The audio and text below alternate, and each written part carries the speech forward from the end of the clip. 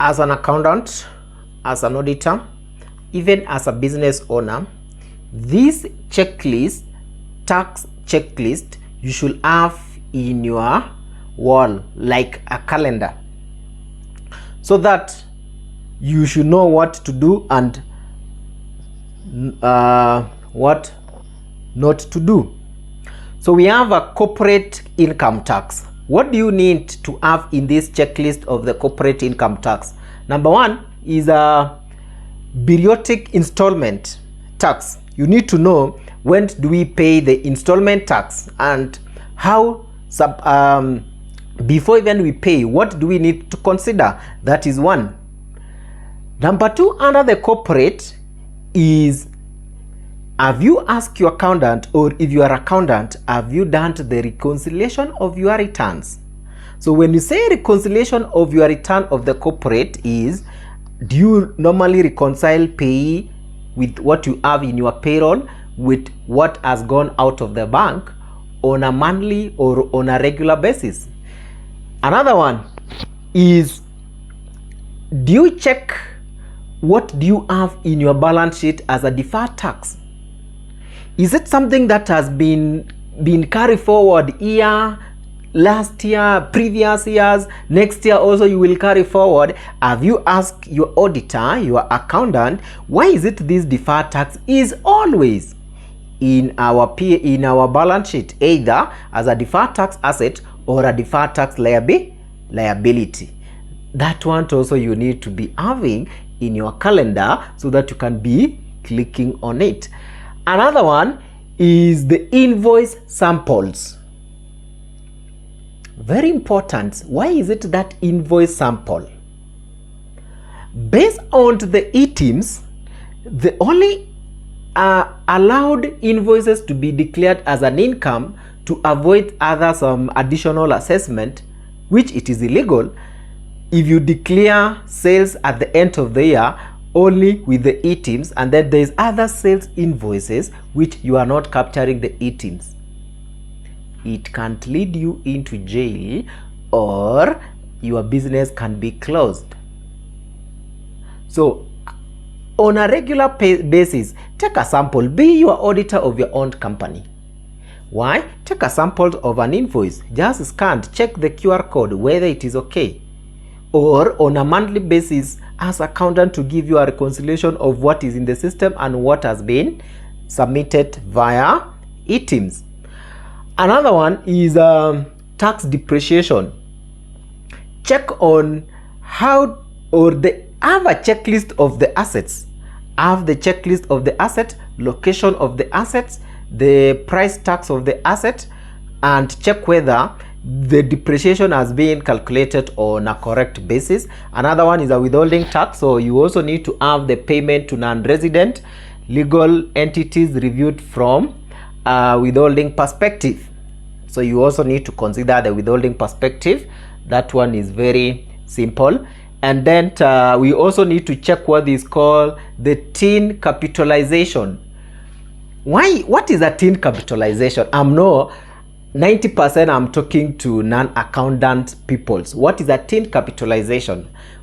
Tin capitalization is when you take a loan to finance your business. This loan should not be more than 50% of the equity capital. Because if it is more than 50% of the equity capital, remember, loan, interest on loan is allowed as allowable deduction. So which means you are going to reduce your tax liabilities more. That's why this tin capitalization should come in. It's very important also. That one you also need to know. The impairment of asset, I've talked about that. So that is for the corporate income tax. So let's go to another checklist of a VAT. So for VAT, check for the eligibility of the income invoices we have talked about. Also invoice eligibility in line with SOPs, that is the standard of operations.